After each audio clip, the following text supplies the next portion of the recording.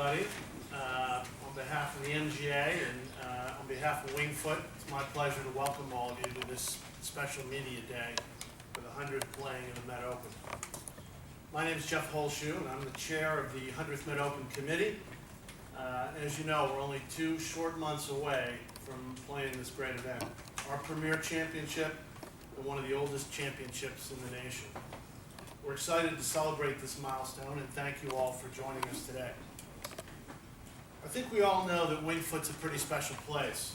From the moment you drive through the gate and pull up to the clubhouse, you realize you're on hallowed golf ground. We're thrilled that we're hosting the 100th Met Open here this year, and we have to extend a huge thank you to the club, and they seem just as excited about it as we are, so we're honored to be here. As most of you know, the Met Open is the 3rd oldest Open championship in the nation. It's filled with great history. Names on that trophy include Gene Sarazen, Tommy Armour, Byron Nelson, and later in its history, Claude Harmon, Jim Albus, Darrell Kessner, Johnson Wagner, and Andrew Swoboda, just to name a few. Plus, the name of the 2 gentlemen sitting here to my left, Mike Gilmore and our defending champ, Grant Sturgeon. We've got a lot of exciting projects in the works this year for this great anniversary, and we're happy to share a few of them with you today. First, we're pleased to welcome our new partner, Rolex. They will serve as the official timepiece of the MGA and be heavily involved in this 100th celebration. Rolex is a longtime supporter of golf in the MGA, and we're looking forward to working with them on some very special events that we will build into this year's event. Some of the special events that we're going to undertake are going to be a new video series, we're going to have special publication, and we're going to have a past champions dinner. We're excited to have Rolex partnering with us on all of these things to make it truly a remarkable Met Open week. And we're pleased that Mark Goldberg and Carol Uzel from Rolex are here with us today. We still want to thank you very much.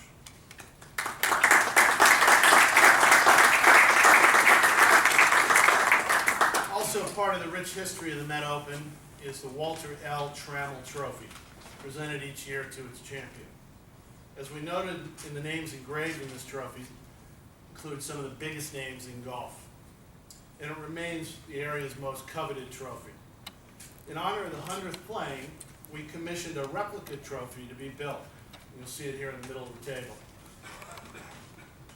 We also we've teamed up with Morel Studios, a top-notch team that's built a beautiful pedestal that will showcase the Met Open and the Met Amateur trophies. Thank you, Morel, for working with us on this project, and we can't wait to continue to show it off to others. You'll see it over here on the left. So thank you very much. You can see that we're pulling out all stops for the championship, and there's only one more to come. On July 1, we're debuting our first part of the special video series exploring the history of the Met Open, focusing on past winners and the host sites. This video series will be featured on mgagolf.org, our social media outlets, and in our digital publication, the Met Golfer Extra. I also want to take a minute to recognize some of our other key partners who are with us here today. MetLife has been a major supporter of MGA and golf for over 30 years, and in 2014, they took on a greatly expanded role in supporting our youth initiatives through our charitable foundation. We're happy to have several of our friends here from MetLife today. I'd ask Steve Sullivan, Jeanette Skorzewski, and Danielle Berkovitz to please stand.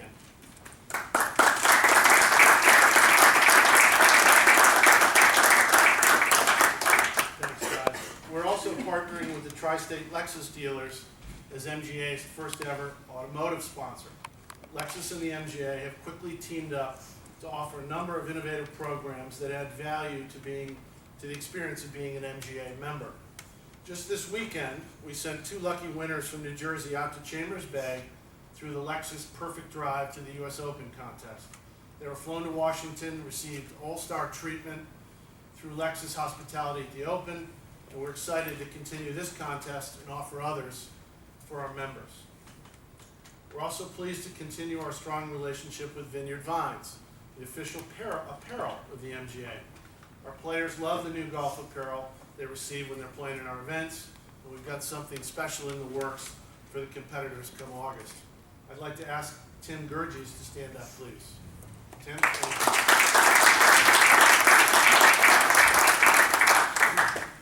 Poland Spring continues to support our needs and provides an array of water and beverages for our championships, while also providing discounts and incentives for our member clubs and their individual members.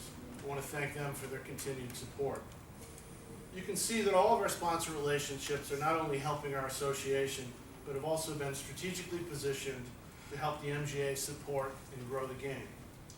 In closing, I'd like to extend a special thanks to the club.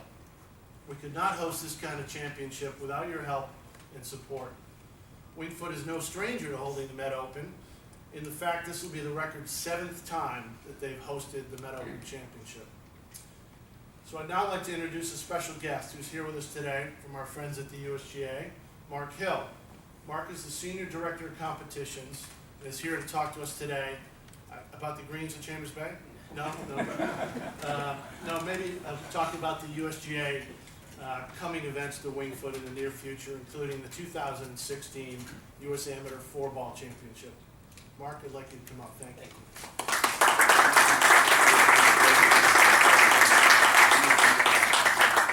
Thank you, and another thanks to the MGA and to Wingfoot Golf Club for the invitation and the opportunity to say a few words about our upcoming 4-Ball Championship. I mentioned earlier in conversation prior to the opening here that this is my first trip to Wingfoot since the 06 Open. I was here, or U.S. Open, I was here, was in my pre-staff days, I was here as a member of the Rules Committee, and also for the 04 U.S. Amateur. And what a great experience, and again, nice to be back. Approximately 2.5 years ago, USGA announced the creation of 2 new championships, the U.S. Women's Amateur 4-Ball and the U.S. Amateur 4-Ball Championships, marking the first new championships on our schedule in almost 20 years.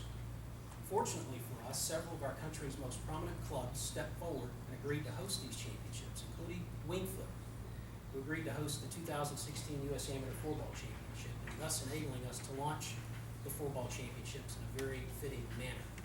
Next year's 4-Ball will mark the 12th USGA Championship conducted at Wingfoot. The inaugural U.S. Amateur 4-Ball Championship was conducted approximately 2 months ago at the Olympic Club in San Francisco with great success. A couple of notes about that championship. We received entries from 4,468 individuals, or 2,234 sides, making it one of our most popular amateur championships in its first year. In fact, it was second only to the U.S. Amateur in terms of the number of entries among all of our amateur championships. So it was off to a great start. And Nathan Smith and Todd White won the championship with an impressive 7-5 win in the championship match over Cheryl Britt and Greg Earnhardt. Smith and White are both well known to the USGA. They were both members of the most recent United States Walker Cup team, and Smith is a 4-time U.S. Mid-Amateur champion. It is also with great anticipation that we await the 2016 U.S. Amateur 4-Ball Championship to be conducted here at Wingfoot, May 21st to the 25th. A few facts regarding that championship. Entries are open to sides that consist of amateur golfers who each possess a USGA handicap index of 5.4 or less and are currently being accepted by the USGA through our entry deadline of Wednesday, August the 5th. Sectional qualifying for the championship will take place at 51 sites across the U.S. and will get underway on August 17th and will conclude on April the 13th. And exemptions for the championship include the 2015 champions Nathan Smith and Todd White, along with the runners-up and semifinalists, provided those sides remain intact.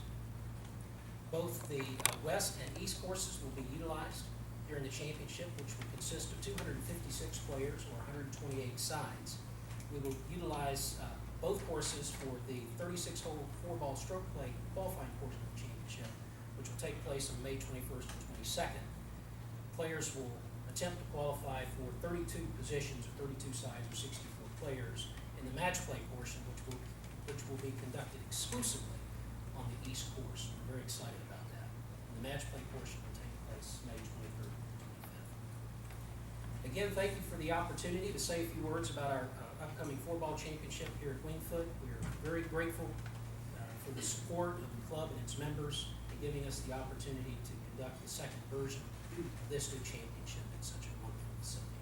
Thank you. Thank you.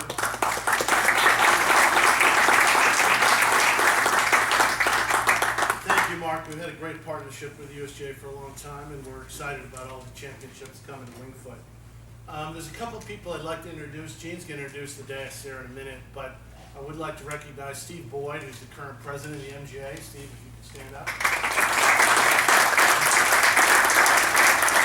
And I also see John Schneider, the president of Wingfoot. John, thanks for being with us.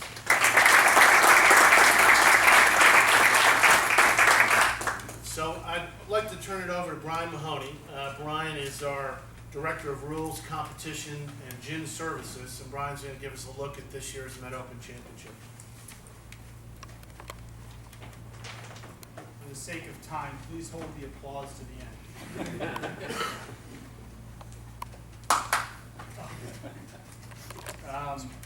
Before we get started, so I'm going to talk a little bit about the course setup, but before we talk about where we're going to be, I think we want to digress a little bit and talk about where we've been. This championship started in 1905. One of the things that are great about not only the MGA but the history of the Met Open is obviously the champions, the people that have won this event. When we look at the history of the event, it started as a major till about the World War II period.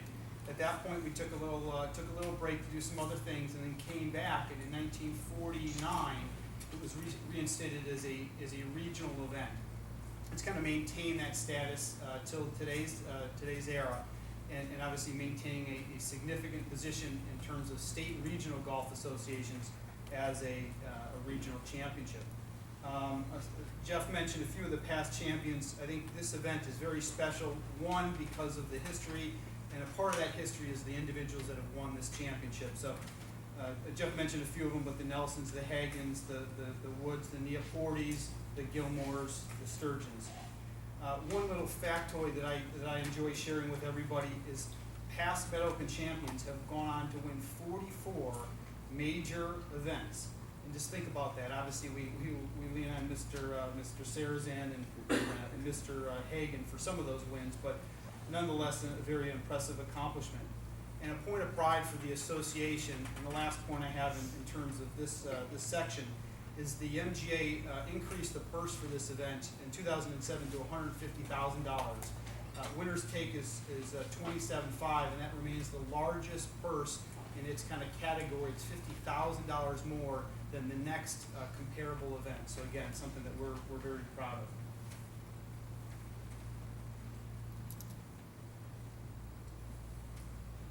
Transitioning to this year's championship, another component, so obviously we have great players, great history, and the other is the partnership with the great golf courses that we have in the Met area. A few courses that have hosted this championship include U.S. Open sites like Baltusrol, like Bethpage Black, and we were looking at, what would be the perfect course to celebrate this anniversary, to celebrate what is very much a pillar of our championship program, the Met Open. Wingfoot was immediately came to mind, really as a first choice.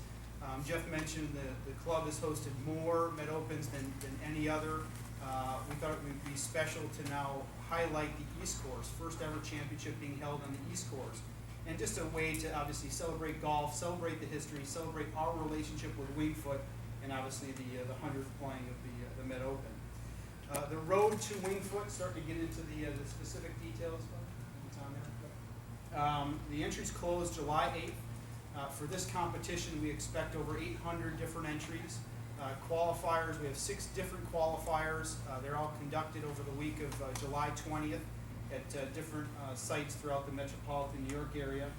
The championship field will ultimately be about 144 players, the best amateurs and professionals in the area, and about 50 of those players do come from exemptions. The rest of the component is determined through sectional qualifying. Now we want to get into the fun stuff, the golf course. Gil, I do apologize. These photos will not represent all your hard work, but I think it'll serve as a nice reference for us when we get out there before the hurricane winds and storms gets to us. But this picture in particular, and I want everyone to look at it closely. So this is the 6th green. If you're a buzzsaw at Wingfoot, you are exhausted. So you're going to see behind you kind of the backdrop of this green. I think there's about 3 trees standing, Gil, if that sounds about right. Steve's fault. Yeah. So it's trees are troubling out there, but I wanted to kind of make mention that these pictures date back to 2010 or even 2 years ago. From a course setup perspective, obviously what we do and what we feel we do very well is the logistics. What's a unique challenge with the East course is it's not that traditional first and 10th tee start. We will be utilizing the first and 11th tee start, and again, it's simply to get 144 golfers each day around. So 2 days of stroke play before we make that final cut to go to 60 and ties.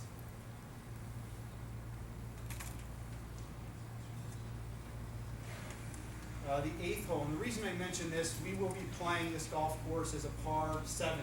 So there's two converted par 5s, the second hole and the 8th hole. A part of that is that philosophical approach of the pursuit of par. The other is really what the market bears. So nowadays, with players' length, the quality of play, we felt in both cases, not only the second hole but the 8th hole, it was more appropriate to play those as par 4, and of course playing the golf course as a 35-35 par 70.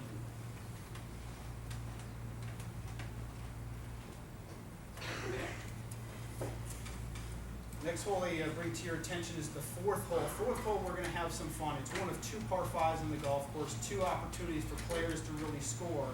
The 4th hole actually offers us some opportunities in terms of different tee locations. So we're going to utilize 3 different tee locations. At one point going back to the back tee, which is just on the south side of the road, just off of the 3rd green, and that stretches out to about 590 yards. So even for big hitters like Mike Gilmore, that really very much brings in kind of the hill and the crest and makes it a very challenging hole to get to in 2, so almost making it a 3-shot par 5.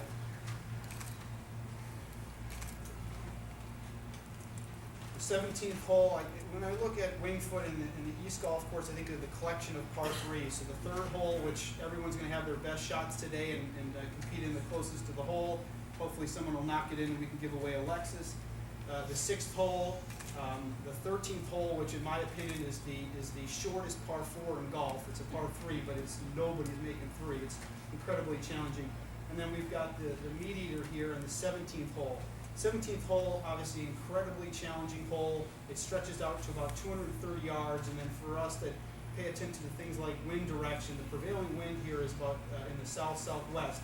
So if you look at the finish for the final round of the Met Open, the 16th hole, challenging par 4, 17th hole, meaty par 3, and then 18th hole, which the new tee brings it back to about 480 yards, all directly into the prevailing wind. I think the champion of this event has got some work cut out for them, but they must perform in that kind of finishing 3 holes. So questions? Questions about the golf course? Questions about the setup?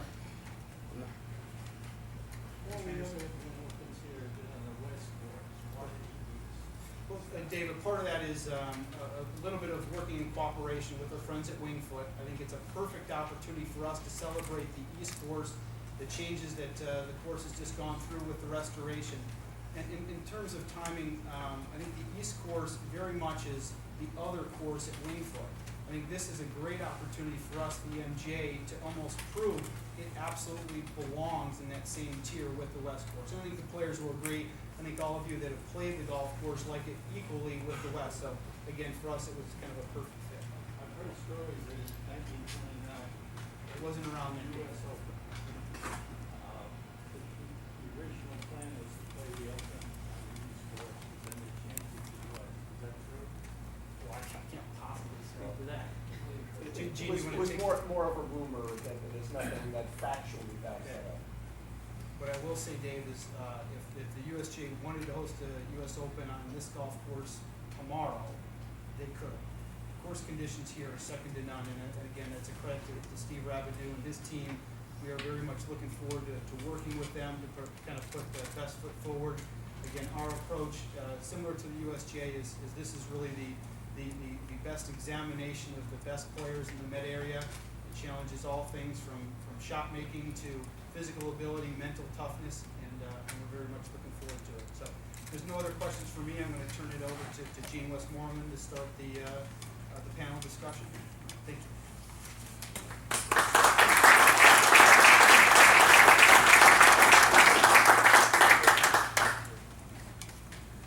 Thank you, Brian. 100 Met feels like Jay Matola, Jeannie McCoy, and I have been around for most of them. It's not true, but sometimes feels that way. But I can assure you that we're all thrilled with the opportunity to conduct the 100th here at Wingfoot Golf Club. Championship golf and Wingfoot, they're almost synonymous.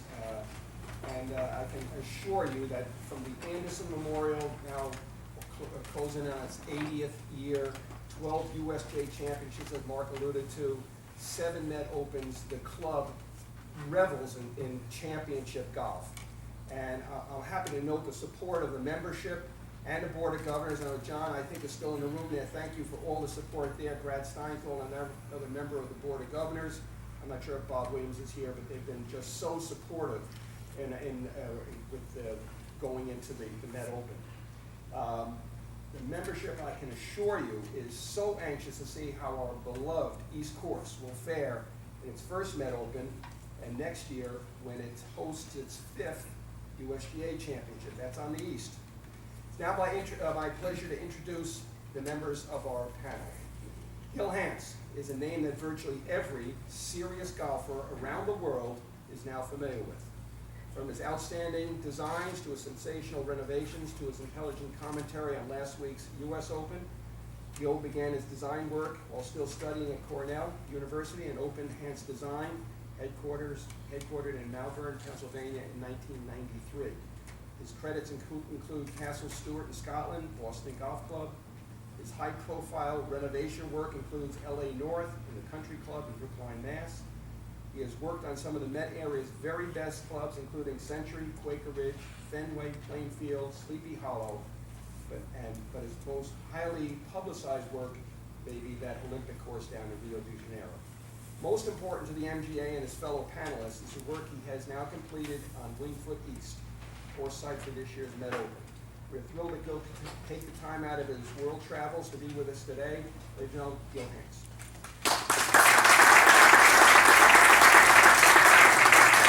Steve Rabidou is the Wingfoot's Director of Greens and Grounds. Steve and Gil worked very closely to pull off the magnificent restoration you'll be enjoying this afternoon.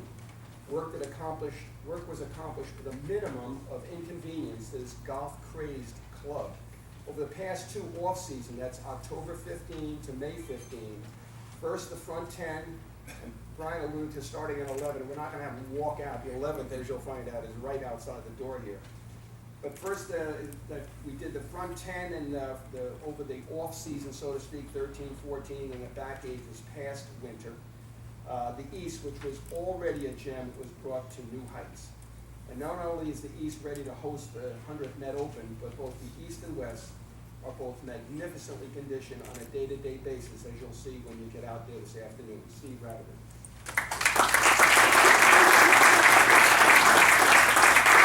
Mike Gilmore stepped into position as head golf professional in 2010, following names like Craig Wood, Claude Harmon, Tom Neoporti, all Hall of Famers, all Met Open champions, and has exceeded every lofty expectation. During his years at Piping Rock, Mike gained the reputation as one of the Met area's best players and teachers, and while maintaining those skills, is now regarded as the public face of Wingfoot, and one every member points to and introduces with pride. Mike won the 2000 Met Open and was in the hunt last year in 2014. He's played in 2 U.S. Opens, 2 PGA championships, and he's a real competitor. So his role as host professional will be much more than ceremonial at this year's Open. Mike Gilmore.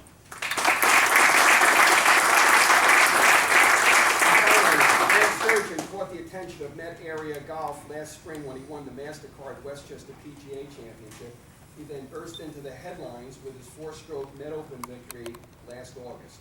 He added the Met PGAs and the National PGA Assistants Championships, leading to the prestigious 2014 Met PGA Player of the Year Award. He's a valued assistant here at Wingfoot, and his duties include the uber-busy golf shop.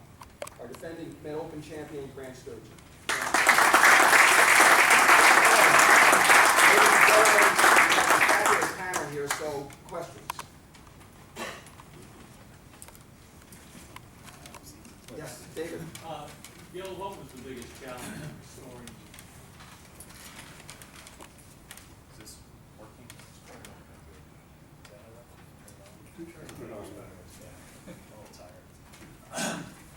The biggest challenge whenever you're dealing with a great old historic golf course like this is not to mess it up.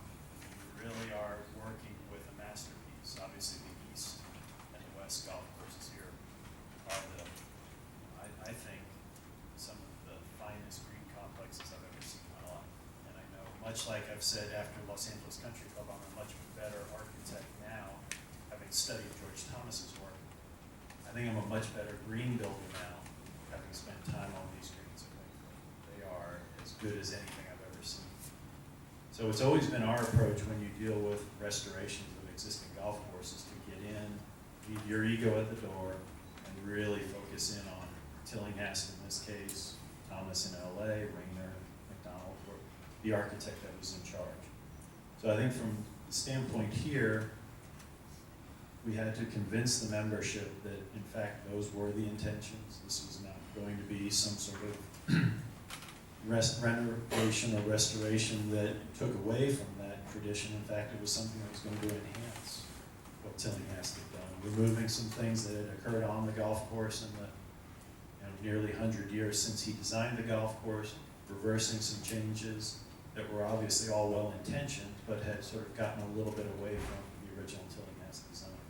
So I think from our perspective, the biggest challenge is really to focus on the original intent, the original detail, which at the end of the day means that you don't sit on a bulldozer all the time. You don't sit on an excavator, because back in 1920 they didn't either. So, working with Steve Rabideau, working with the golf contractors we had out here, everybody placed an emphasis on handwork and detail and restoration. And when you see the greens out here, the amount of effort that went into restoring the green complexes and the contours was unlike anything I've ever been involved with before. And it was incredibly impressive, the commitment that we got not only from Steve and his group, from the contractor, but from the club, all the leadership, members, taking time and really providing the effort, the eyes, the input. It was incredible. And I think that added tremendously to the outcome that you're going to see later on. Yes, Mike. For Jill, how much access did you have to historical plannings, photos?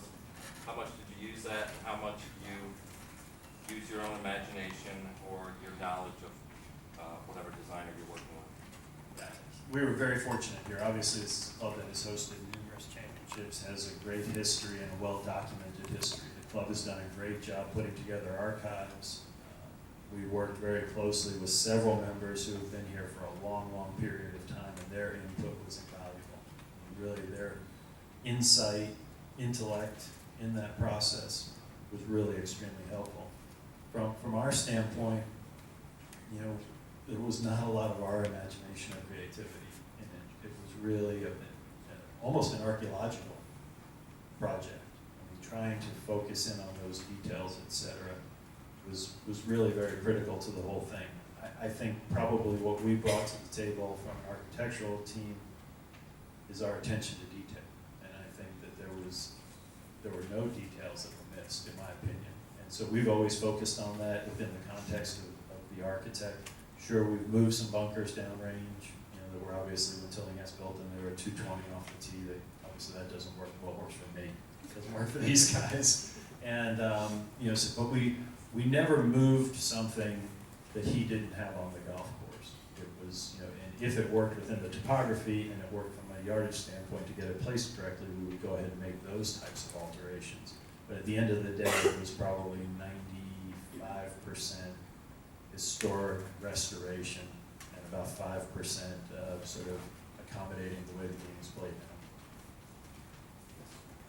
Gil, how do you put yourself in the head of these great architects?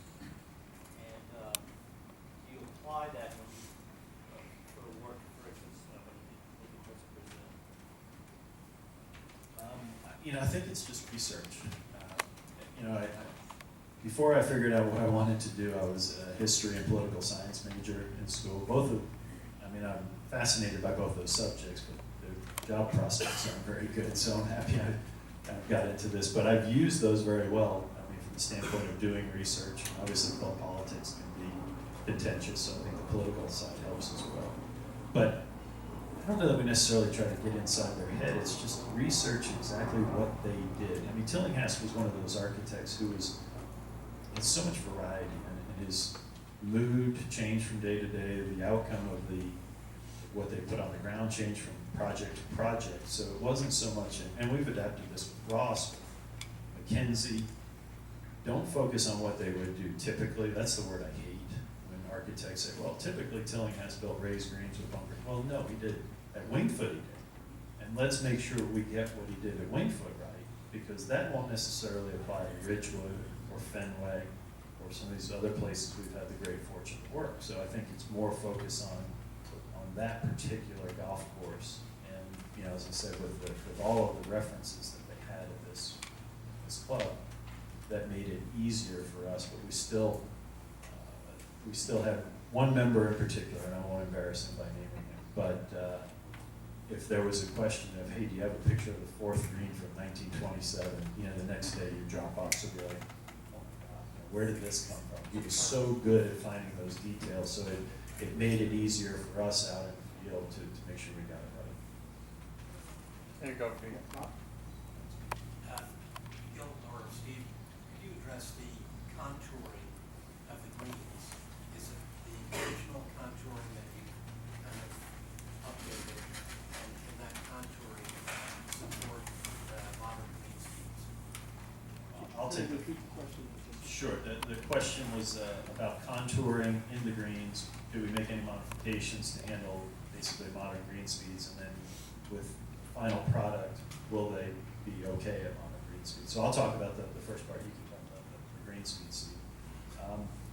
You know, there were a handful of greens on the east that had been altered, either in conjunction with repairs from the 2006 US Open on the west, or through the desire of the membership at one point in time to try to soften some of the contours. And so part of what we were given the task of is on some of those greens to actually try to restore or get a lot closer to the original contours. And within that context, probably made the most significant changes. So those would be holes like 2, 8, 11, 14, and 15, I think are the ones that we primarily focused on altering contours.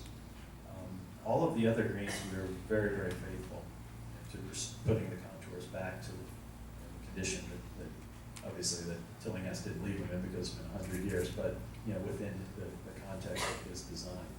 And I think, you know, you've just had the Anderson, you've just had the member guest this weekend, so you've had now a couple of really good test runs to see how the green speeds hold up on those, so I'll let Steve talk about that. Yeah, like I said, we just had the Anderson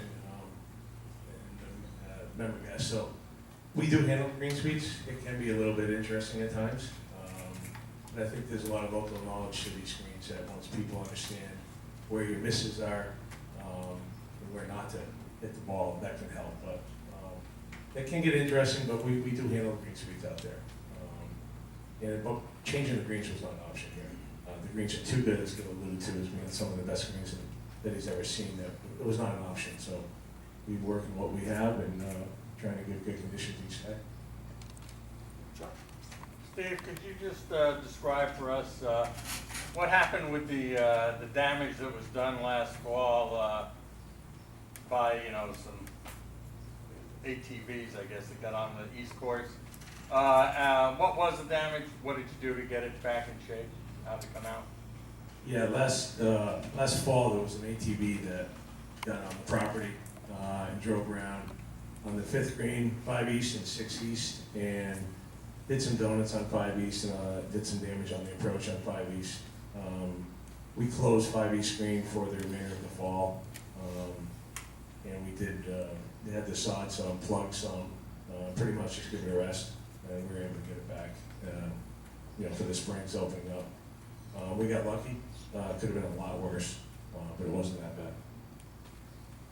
I will tell you this, that you will not be able to detect any sign of future damage out there. I'd like to take a little prerogative, I'm sorry, Billy. Yeah, no, I was gonna say Steve's being modest. Yeah. I cannot tell you the level of detail. I mean, there were guys on their hands and knees with steak knives prying up sod. I mean, I've never seen anybody have their guys do that level of detail. And that was throughout the entire project. I'm a huge fan of this guy right here. You can tell. the work ethic he brings to the projects. At the end, you know, this is something, you can write this down because we as architects don't tend to be very humble or very modest. But at the end of the day, the turf conditions are what everybody notices. I mean, a lot of us are good enough that we can kind of figure out, okay, strategically you're supposed to do this or that, whether you can make your golf ball do it or not. 99.9% people understand good turf, good conditions, and the relationship that that has actually to the design. This guy right here delivers it all the time. So I've seen him through construction, I've seen him through maintenance, and he is one of the most impressive people I've ever had the good fortune to work alongside. Agreed, and I think the membership would echo every one of those comments. I'm gonna just take a little prerogative here. As a member, and a very blessed and lucky member here, when people ask you about the East Course, I can describe it in one word: it is perfect. It's got scoring opportunities, some short par fours that are under 400 yards, you know, 1, 10, 11, 15. Big par fours now, 2, 5, 7, 8, 16, 18, that could fit right into the West and just trade them off. A risk-reward par 5 like number 4, and then there's the par 3s. So Mike and Grant, could you just, I know we were together with one of New Jersey's best professionals last week or something, saw it for the first time, left with just such an impression of the East Course. And I know that many of the really good players, especially professionals, when they're here, it's the West Course they play. Many have never even seen the East. Well, I think that the greens complexes on the east are more difficult than the west right now. And I was talking to Eddie Whitman, and we were playing last week with Gene, and we were trying to come up with a number, you know, what's going to win this thing. And you know, Eddie's like doomsday, but he said about +8. I said, well, +5 I see right now. You know, the 8th hole and the 2nd hole turned into par 4s. Those are 2 big holes. And even our short holes, you have to really have control of your spin. You know, most of the greens on the east are from back to front, and with our current speeds, I mean, even the short holes are going to be real difficult birdie holes out there.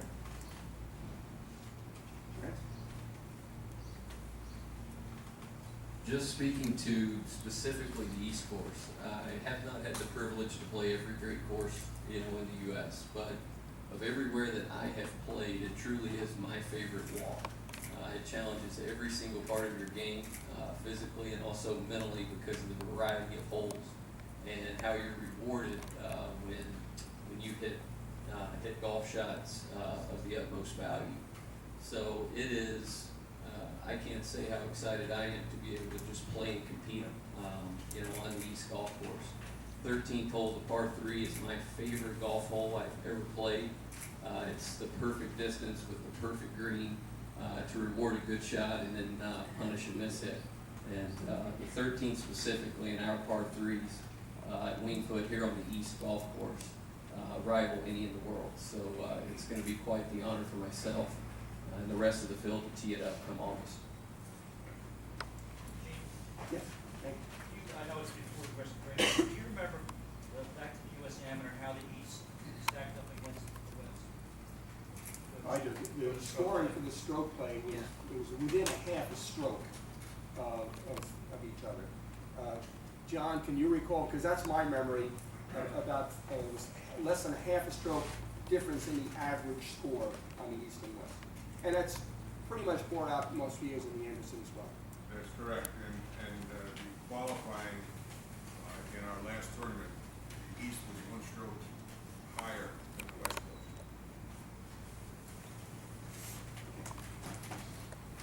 Yes, Mike?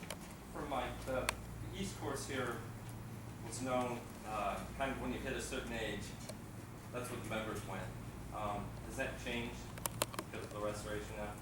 Certain age, as far as I The older group usually gravitated east more than west, so saying it's like, has that changed? Everybody wanted to play the east after the restoration, but it's not typical now. You're 3-putting 5 or 6 greens out there due to the undulations of the speed, the great conditions that we have out there. So we're finding that a lot of people now are going back over to the west because the east is too difficult. Anybody going over the quick rip? Yes. Grant, what do you think is going to be harder, last year winning or playing here as defending champ for everybody who knows you? I would definitely say last year, just because of not having a familiarity with the golf course. That's gonna be an advantage, for myself strategically, just the number of shots and number of rounds I've played, here on the East Course. And, I just view the opportunity to play in front of friends and members here as, it's just gonna be a special week.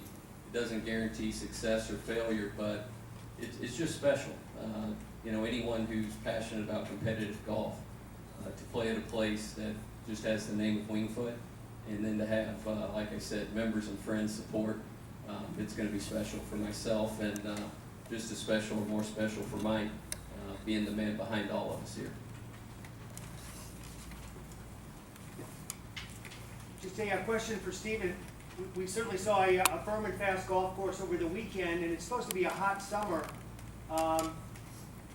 Is the course meant to play very, very firm by August for the 100th Met Open? Well, at the end of August is usually when things start to turn around for us economically. But we will give the players what we can at that time of the year. One of the things we did with the restoration though is we changed all the infrastructure. So we've gone to a USGA spec green, USGA spec tee. So that drains, the best draining possible. We redid all the bunkers. So we have upgraded this golf course, keeping the character and the contours the same. So it should give us the ability to do what we want come August, barring any really, really bad stretch of weather. So we're hoping to do what we want. Yes. For Grant, I'm not sure if you had possession of the trophy during your year as champion, but if so, what was sort of one of the more interesting things that you did with it, or places you took it?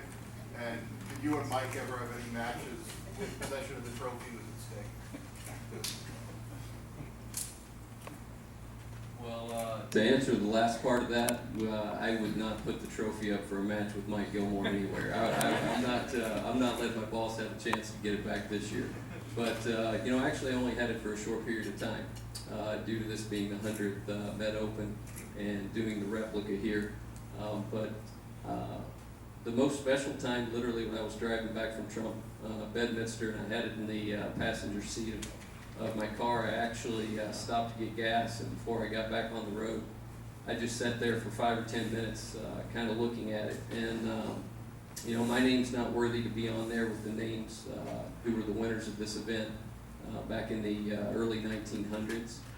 But even though my name's not worthy, it's still special that it's on there. So, it just sat at home the entire time, and but pretty special to say the least.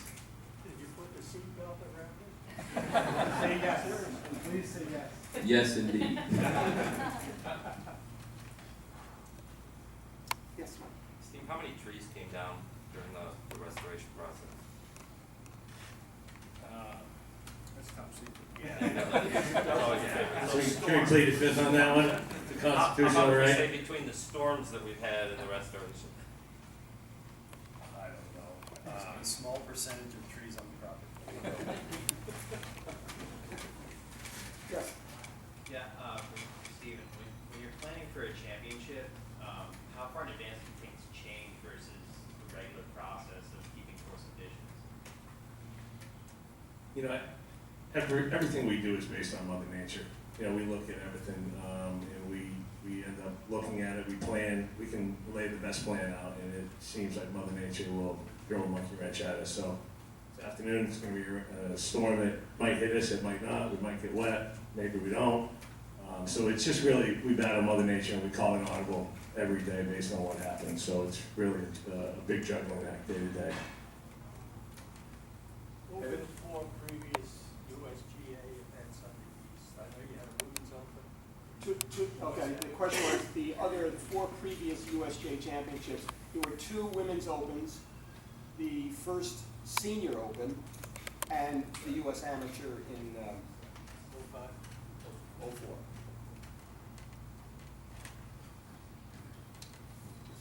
Question for Gil. You mentioned I was just wondering if you could give any specific examples of some of the work on the course that was done by hand that could not possibly have been done otherwise?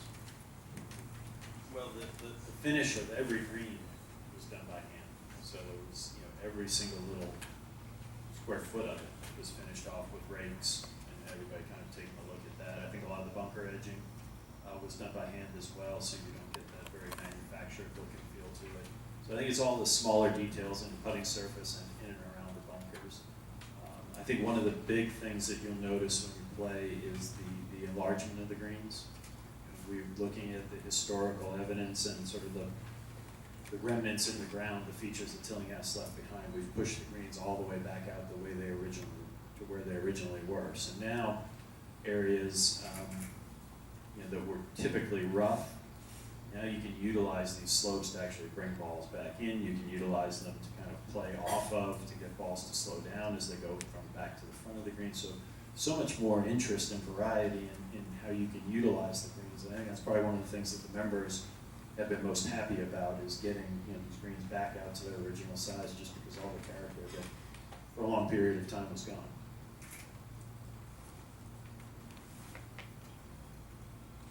Any other questions? Yes? Gil, now that, let's say since the turn of the century, the state of golf course architecture has shifted from building original courses, new courses, to restoring, restoration, has that played into your interest, your strengths?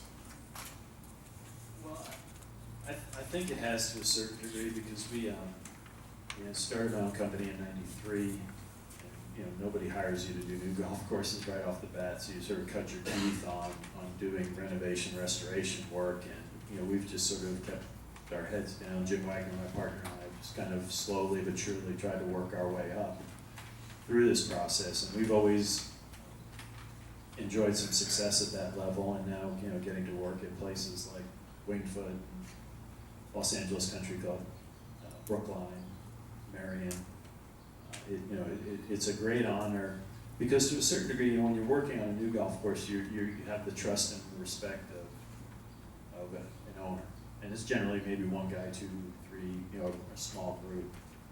When you work at places like this, and you have to prove yourself, and once you get to that point, gaining the trust and respect of a much larger membership and a membership with a high golf IQ, that's a great feeling.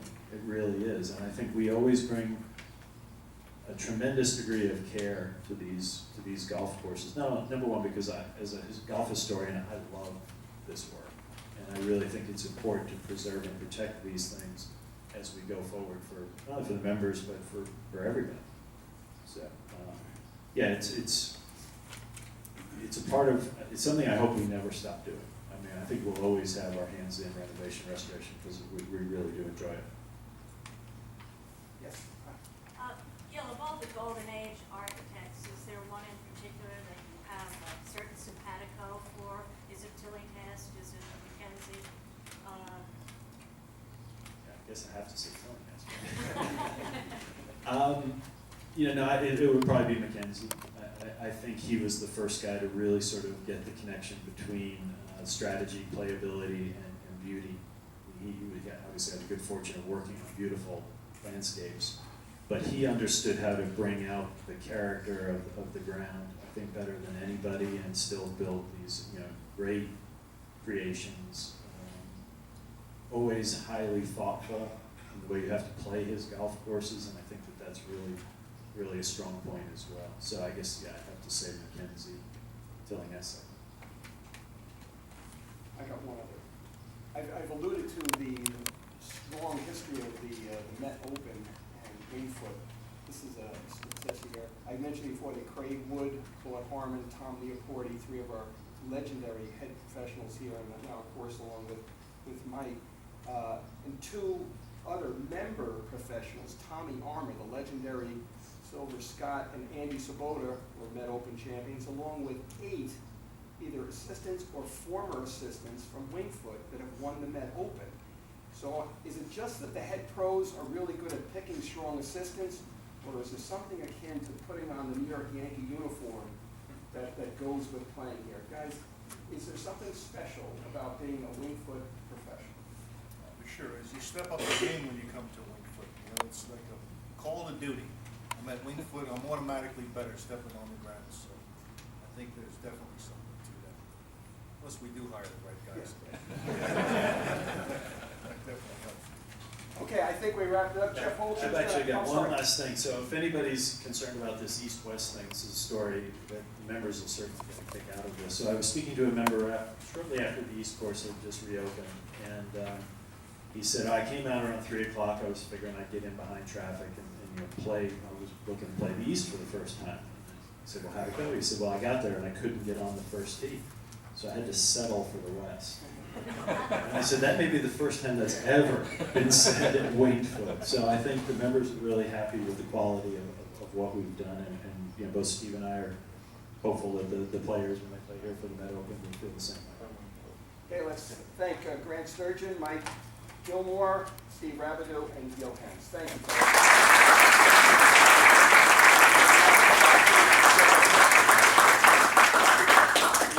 Let's thank Gene also. Thank you, Gene, for your logistics. Given the impending potential weather, we're going to move the times up. Brian tells me we'd like to get everybody on the golf course by 12:30, which means you can change. Lunch will be available as soon as possible, and then we'll get everybody ready to go. There'll be a reception afterwards. So thank you all for coming, and enjoy the golf course.